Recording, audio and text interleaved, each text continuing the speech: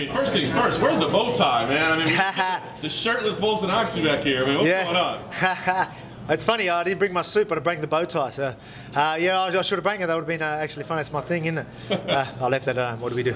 Hey, well, everybody coming to this fight was expecting a war. We got a war. Give me an idea kind of what it feels like to go through a fight like that and come out victorious.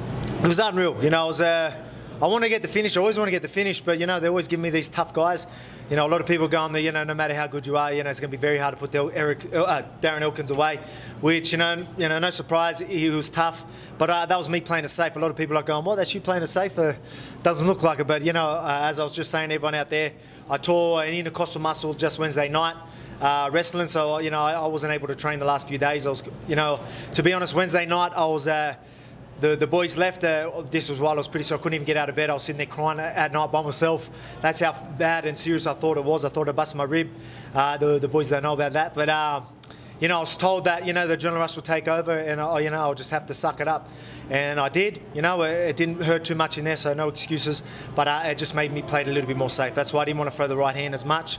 So I just threw a lot more jabs, as you could see. So I played it safe, whether it looked like that or not, but that's me playing it safe. So you're talking about Wednesday night of fight week? You were just, just light rolling? Or what? That bloke over there was meant to be like, right, I don't know. You know, I was, you know, you're dieting, you know what I mean? My body's pretty fragile and, you know, we'll just go on a little bit live wrestling. I got it on footage. I went for an omoplata. As he was going, he went to pull back, and next minute it just went pop. And I thought that was a rib. It literally felt like the rib just caved in. We actually got that on footage. I might put that up because I literally thought something broke. So, yeah, the UFC doctor looked at it and he goes, look, we're pretty sure it's an intercostal muscle. He said, don't do nothing. You know, even wrestling or training, don't do any of that. It's just going to play in your mind. Literally, you know, the adrenaline rush should take over. Just go out there, do your thing, and that's what I done.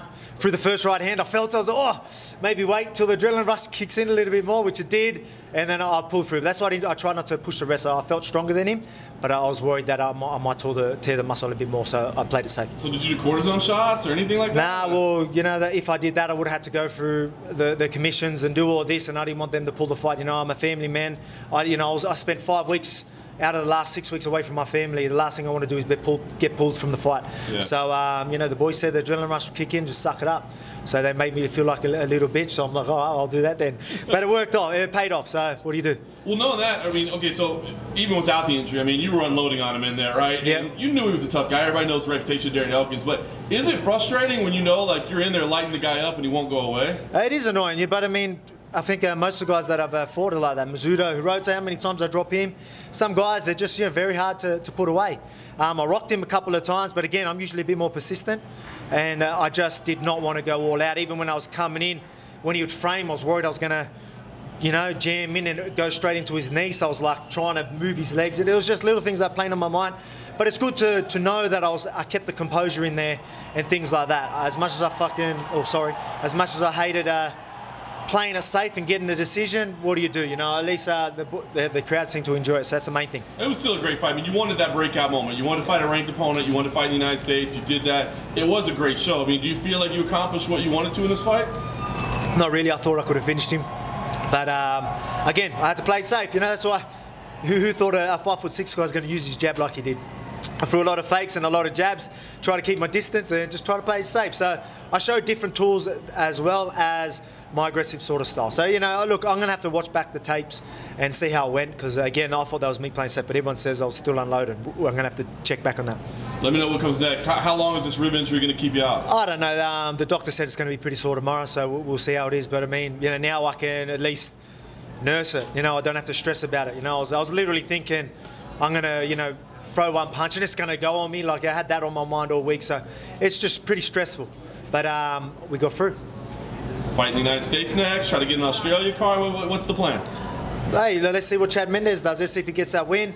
You know, I'd like that fight. You know, he's a big name. He gets a win. You know, they'll probably chuck him higher in the rankings. I don't know how that works, but he's coming off a suspension. You know what I mean? I don't know the case in that situation, but you know, you know, I don't like that sort of shit. So, you know, if he obviously got caught doing something, they're the guys I want. You know, some of us are naturally strong, and some people are. You know, he got caught doing something, so that pisses me off. So I want him.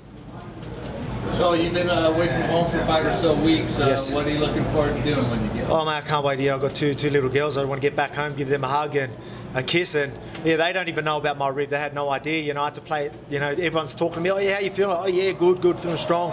Mate, I've got to do this every time. I don't think I've had a perfect camp once in the UFC, but I don't think anyone does. But literally, it's I can't catch a break. But I mean, I'm getting it done. So hey, I'm going to shoot for these ranks. I'm going to get good camps. I'm going to be one of the best featherweights in the world.